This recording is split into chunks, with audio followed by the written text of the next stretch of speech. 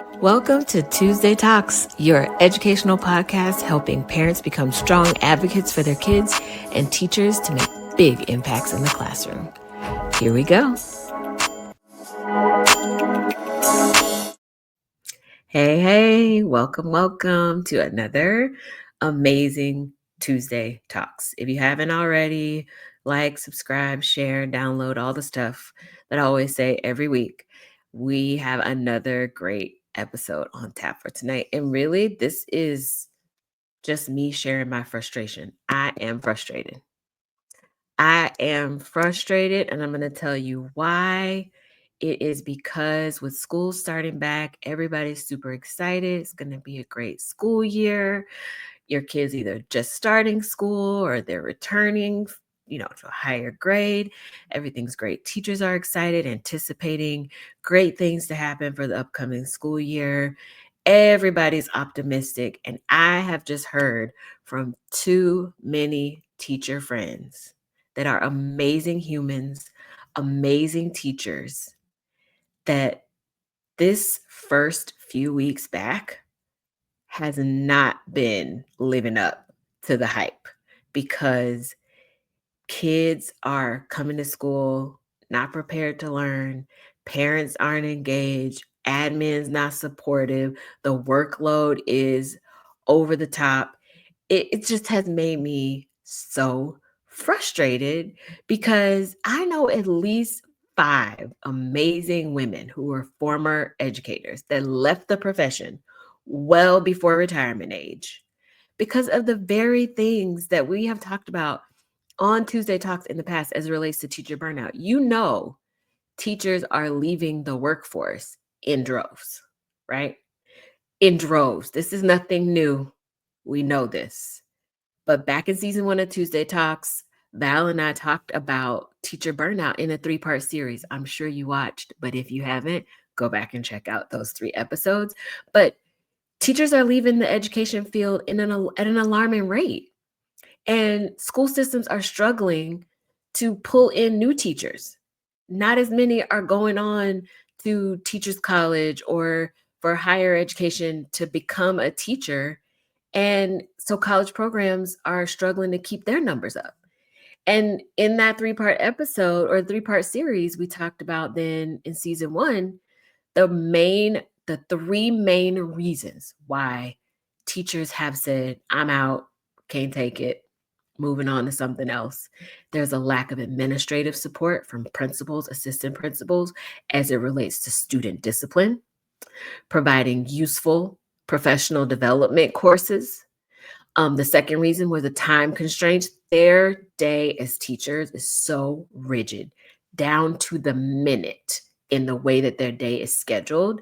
Planning periods are consumed by to-dos or meetings. They have no time to collaborate with grade level teachers or even, specials teachers to figure out how to make things better, how to keep things going well.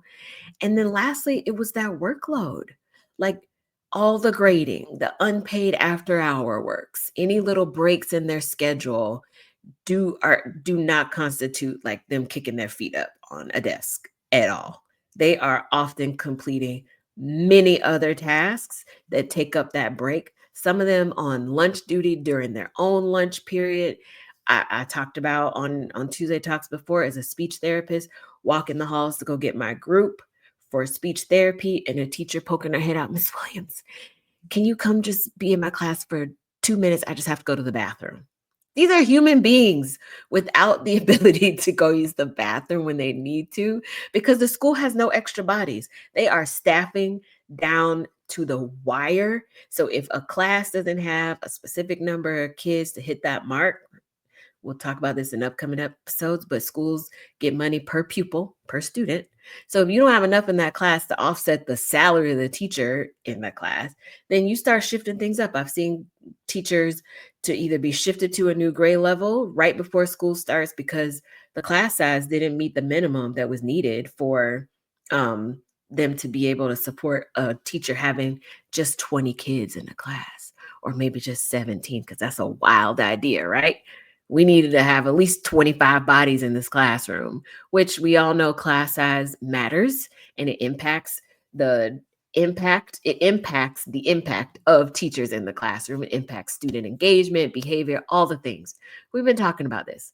And that is why I'm so frustrated because it's just the same stuff every year. And so to hear these stories from my teacher friends, and I also put a call out on social media for teachers to give me feedback on how it's going, they all said the same thing. Number one, student behavior. Number two, that support from admin. And number three, the workload is enormous. Not only are you as a teacher getting to know these new students in your classroom, you're also tasked with possibly implementing a brand new curriculum because somebody up at the big office said, yeah, let's change this insert subject's curriculum. And now teachers are tasked with learning all of that over the summer, which, I've heard a lot of conjecture about, oh, teachers shouldn't complain. You have the whole summer off. Not true. Not true in all cases. So, with all of the talk about how teachers are using AI to help with writing lesson plans and grade papers, come up with activities, and I've heard some criticism about that. And it just got me to thinking like, AI cannot fix what is happening day to day in a classroom. So if teachers want to use AI to grade papers, write lesson plans, develop class activities, I'm all for it because that takes those tasks off of your list so that you can now focus on other super important things happening in your classroom, i.e., student behavior, student engagement. We've talked on here in Tuesday Talks in past episodes about how teachers have to collect so many grades per semester and how that impacts grading.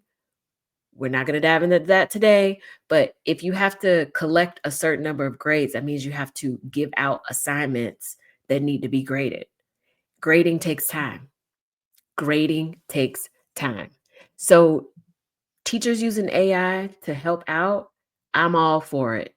Do it, use it, because trust and believe this saved time that AI is giving teachers is going to be used in a different way. Again, they are not kicking back with their feet up on the desk. They're moving on to the next thing. And so some of the teacher stories that I got from my social media post last week asking teachers how it was going, it both tugged at my heartstrings and also shocked me. There were so many stories of great things happening. A kid said, I'm so glad you're my teacher, giving hugs, especially the younger ones, a feeling a connection with some of the older ones. Teachers try to engage students in ways that, you know, tap into some of their own interests. And so teachers are like, I found a way to hook this group in, this student in, and now I feel like they're on board. I'm hopeful for the remainder of the school year. But the stories that shocked me, I can't say I've never heard of these types of instances before. Some of them I've even witnessed in my career as a SLP in the schools. But one teacher who is a seasoned teacher shared that just in the first week of school, now she teaches kindergarten, the first week of school, this teacher had her class out for PE. One little boy decided to bolt from the playground. Bolt. Everybody's lining up. And she said, I looked at him, he looked at me, he had this little grimace, and then he just took off. And so she is sprinting after this kid, having told another teacher on the playground, please watch my class. So now this other teacher has her own class to watch and this teacher's class to watch while she chases this kid down to bring him back into the building, making sure he stays safe. And the first thing the administration said to this teacher after they're back into the classroom is, did you lose track of them? Did you lose track of the kid? How insulting is it for that to be the first assumption? Did you lose track of him? First of all, there's almost 30 kids in this class. So to keep my eyes on all 30 is a challenge. Number one, that's just good old fashioned common sense. Number two, insulted this teacher was because not to console me to say, "Are you okay? I see the student is fine. Do you need me to watch your class for a bit while you collect yourself?" No, no, no. The first words were, "Did you lose track of him?" I was livid when I read that. Talk about not giving the benefit of the doubt and essentially victim blaming, because the teacher is the victim in this situation, right? Like, you had a kid lock eyes with you and then take off running. And she was like, that was done on purpose. He did it on purpose. And she's sprinting after a 5-year-old. Those kids are fast. If you've never chased one who's really trying to just get away, you'll soon realize they are fast. So that was just the within the first week of school.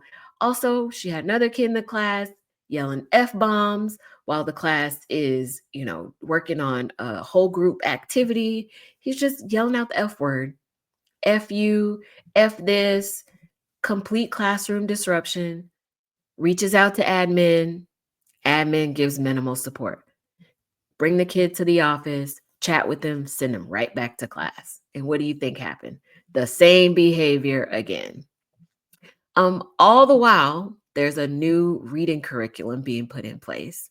So this teacher said that she's feeling the pressure of implementing this curriculum, which has required others to come in and observe to make sure that you're doing what the curriculum says you're supposed to be doing when you're supposed to be doing, AKA micromanaging.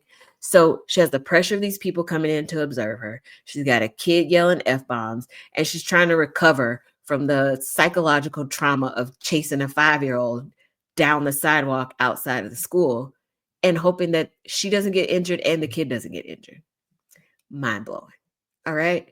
So she highlighted in what she shared with me that she does have good kids in her classroom that are there and ready to learn. It is hard to nurture that when there is a kid in class yelling F bombs. It makes sense, right? That tracks. Another teacher reached out and said this was her first year teaching EBD. So that's emotional behavioral disorder. So these students are self-contained in a classroom. They have a lot of emotional challenges, behavior challenges.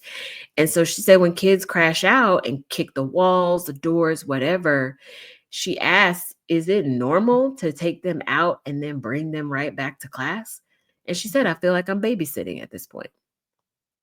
Babysitting. Now, I've heard that term from a lot of teacher friends over the past years. I'm essentially babysitting. I am trying to make the best of a not so great classroom situation with lack of support from admin. And I honestly think that admin doesn't know what to do. That's what I think. Because these kids are different. They are different. And so that same, we talked about in the teacher burnout series, professional development is not really geared towards things that teachers want to hear about, learn about. It's some high level thing that some district level person said, oh, this would be great, but it's not directly impacting what they do day to day in the classroom. I don't think that admin, unless they have a background in special education, is even equipped to know what to do with some of these kids. So just like we talked about in a couple episodes about grandparents parenting their grandkids, and the grandma who told the school where I was working, don't call me anymore. Don't call me about my grandson's behavior when he's at school. He's your problem. And she stopped answering the phone calls.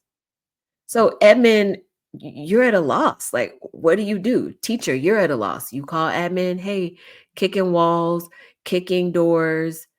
I need somebody to come down, and they get them, talk to them in the hall, and send them right back to class. And then the behavior happens. Again, now you set the precedent that I can act like this in class, whether you have an IEP or you don't. There still need to be consequences for actions. I'm not saying suspension or, restraint, anything like that, but there have to be consequences. Also, there should be a counseling piece in here somewhere. But no, you just take them out of class, chat with them, send them back to class. You set the precedent that I can do these things as a kid and nothing's going to happen. You just get to come back to class.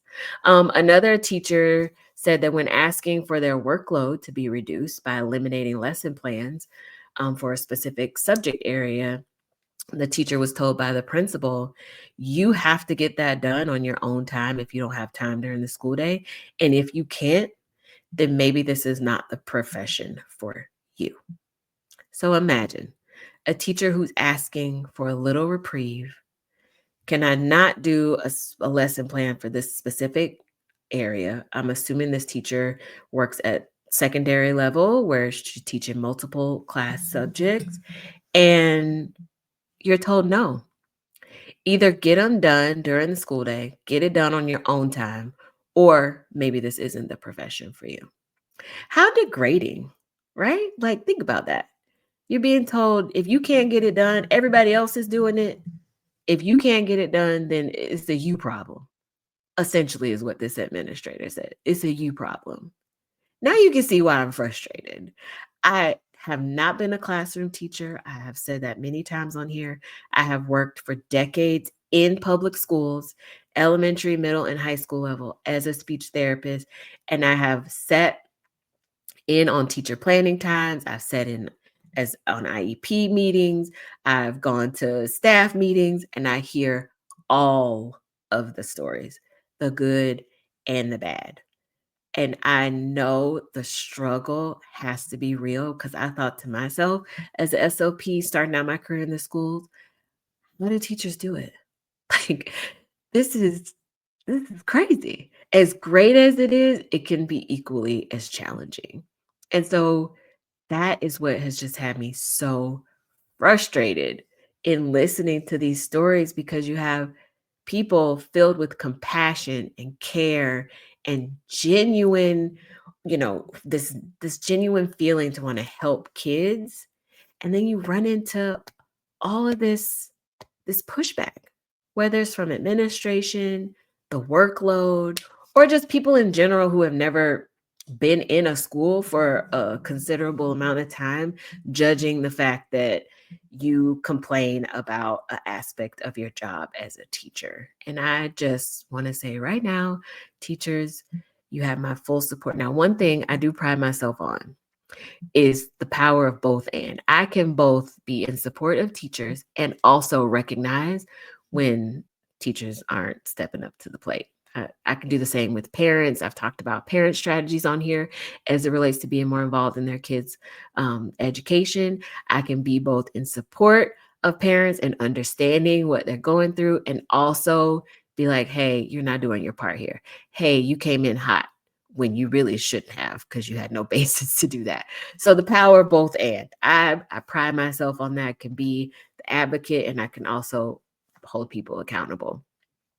But these stories just really, really took me over the edge because these are great teachers. Two of them I knew, great teachers that are just already up to their eyeballs, and it's the beginning of the school year. You're supposed to ease into this. No, right off the bat, this is popping off within the first few weeks of school.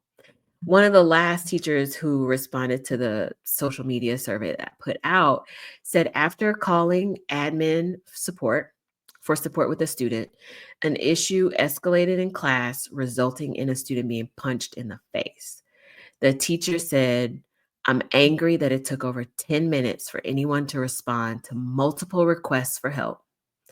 And a known bully who had had a physical altercation in the past was allowed to return to class to get their belongings after assaulting the student. And the teacher was left to handle it alone despite being heavily pregnant and in a high risk situation. So you have a pregnant teacher. I think they said they were like 30 weeks, maybe 32 weeks pregnant. You call your admin for support. It takes over 10 minutes for anyone to respond. And in that 10 minutes, this situation escalated to a student being punched in the face. The student who punched the kid in the face leaves class with admin and then is told to go back to class to get your belongings. That could have turned into a whole nother situation. I've never been punched in the face, but I would imagine that if I had been, if I got the chance to see the person who did it, I would want to retaliate, right? So that situation could have totally escalated into something else with the admin allowing this kid to come back unaccompanied to get their belongings out of class.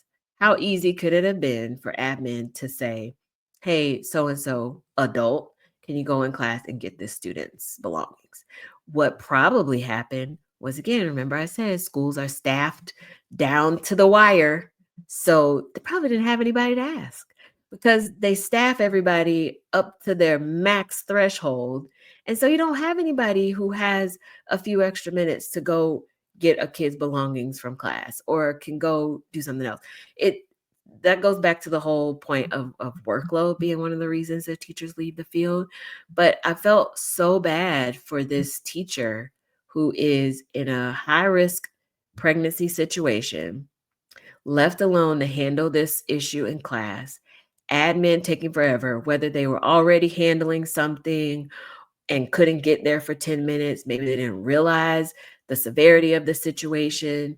You know, whatever the case may be, if a teacher calls admin for support, there should be a short amount of time before that support arrives.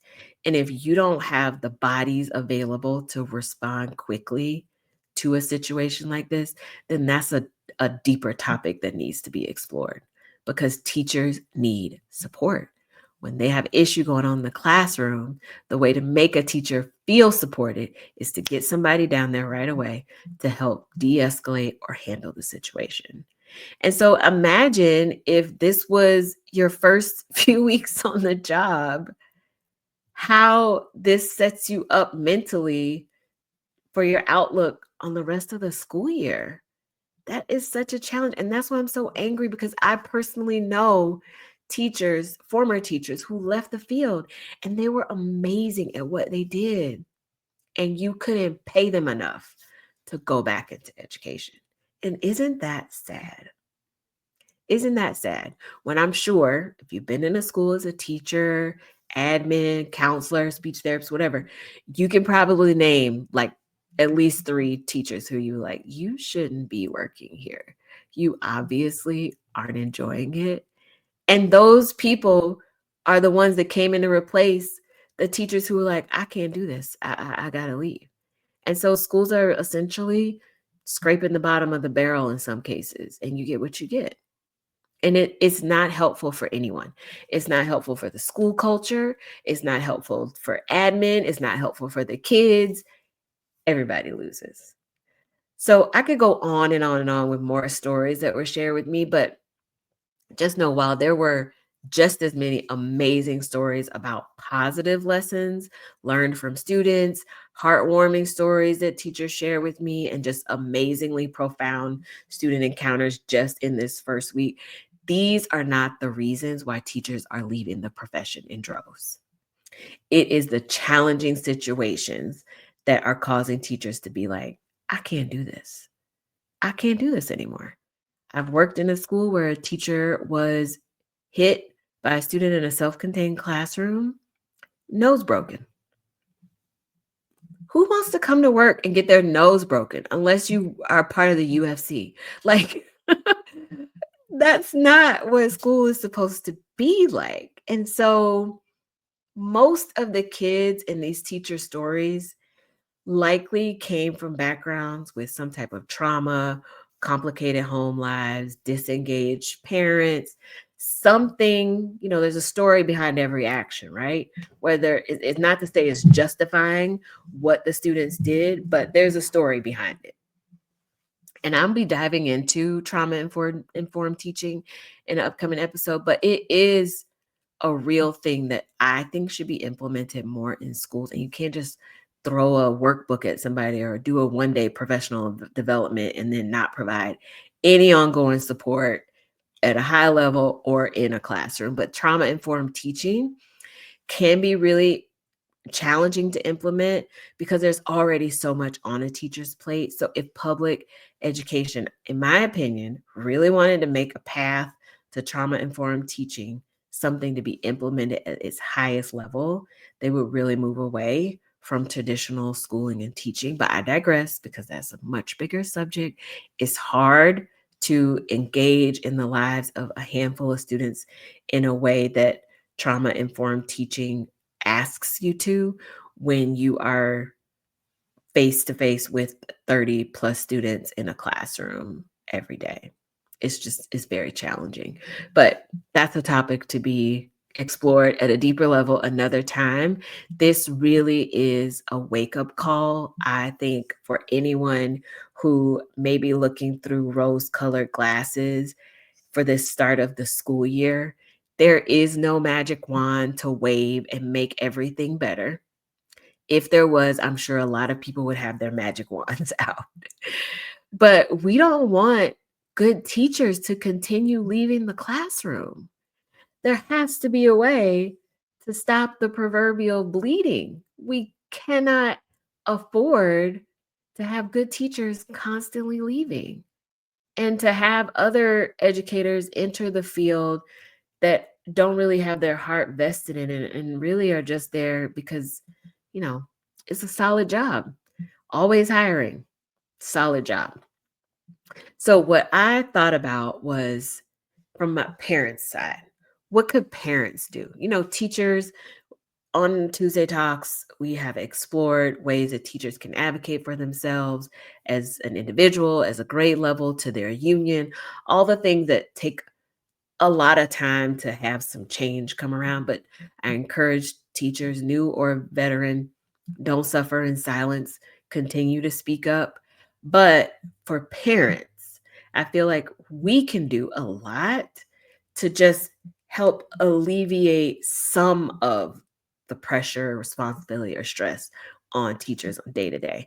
And you can only control what you do with your kid. You can't control what any other parent does with their kid. So think about it in this way and talk about it in your friend group, your parent group, your mom group, whatever. Post about it on your social media. Just share what you're doing. And I think these are some of the things that you could do. Being kind and respectful to teachers. And just by the way, this list I'm going to share with you, this isn't like rocket science. This isn't mind blowing things. These are compassionate ways to approach your child being ready for learning once they get to school. But being kind and respectful to teachers. They are human beings. They have lives just as full of as yours, whether they have kids of their own or they don't. They are human beings. They deserve the same type of kindness and respect that we would want from them. So do that when you are interacting with them. You're sending an email, even if you're pissed off about something, even if you're really concerned about something. Start the email off with, "Hey, I hope you had a great day. Hey, I hope your weekend was well." Something to show that you recognize they are a human being and not just this statue that appears every day for 6.5 hours to teach your kid. So start there, being kind and respectful, remembering that they're humans. Keep in mind all of the things we talked about, many of them here today, that teachers deal with on a daily basis that go above and beyond teaching. That is not what they went to school to learn to do. It's not. It just isn't. It is something that teaching has evolved into, but this is not what they went to school to deal with, to put up with at all. So remember that. They have so much more going on than maybe just the little slice that you see. So when you want to come in hot about something, just remember that that one issue is in a long list of things that this teacher is dealing with for that day, that week, that grading period, whatever the case may be. So just keep that in mind. And I think that keeping that in mind will calibrate help you calibrate your approach to the teacher. Also, make sure your kid is primed and ready to go for school. Don't add to the problem by not parenting your kid. Get them ready for school. One thing that I do with my kid, even if the morning routine has been a struggle, I try not to have a contentious conversation with him before he goes to school. Why? Because now he's already in the mood before he ever walked in the front door. So imagine if the teacher now says something to him that rubs him the wrong way. Now we just stacking attitude on top of attitude. It's not going to be a great day. So think about that as you want to talk about things. Maybe talk about them after school. Maybe make sure that your kid is ready to go by, I don't know, a laughable conversation in the car, or as they're heading out the door to get on the bus. Something to just lighten the mood so that they're going to school in this heightened state of happiness and not, you know, sadness or irritability, anything like that. So stay engaged with your teacher is the last point that I'll make. Stay engaged with them. Don't be the parent that only chimes in and perks up when something's going wrong. Send them an email about something that went right. Hey, that math homework you sent home, you all must have really covered that well in class because my kid came home and was able to zip right through it, was able to explain to me how to do the problem. This book that you all have been reading in class, great selection because it's really sparking some good conversation at home. Something, because I'm telling you, we know teachers are leaving the field in droves. Every little bit of positive interaction, encouragement, support from us as parents, it makes a difference. It's just a little pat on the back. It makes a difference. So think about other ways that you can alleviate some of that stress, pressure, anxiety from teachers, knowing all of the things that just in these first few weeks of school that some teachers have had to deal with. Just see what you can do to make it a little bit better. Remember, you can only control you. You can't force other people, but I encourage you to share, and maybe that'll spark some ideas in some other parent's mind to think, oh, okay, let me try that as well. So I hope that you enjoyed this episode. Be sure to continue to follow, check out episodes on YouTube, Facebook, LinkedIn, Apple Podcasts, Spotify. Share it with friends, like, subscribe, all that social media stuff. And I will see you next week with a brand new episode. Have a good one. Bye. Be sure to share this episode and join me next week for a brand new Tuesday Talks. See ya.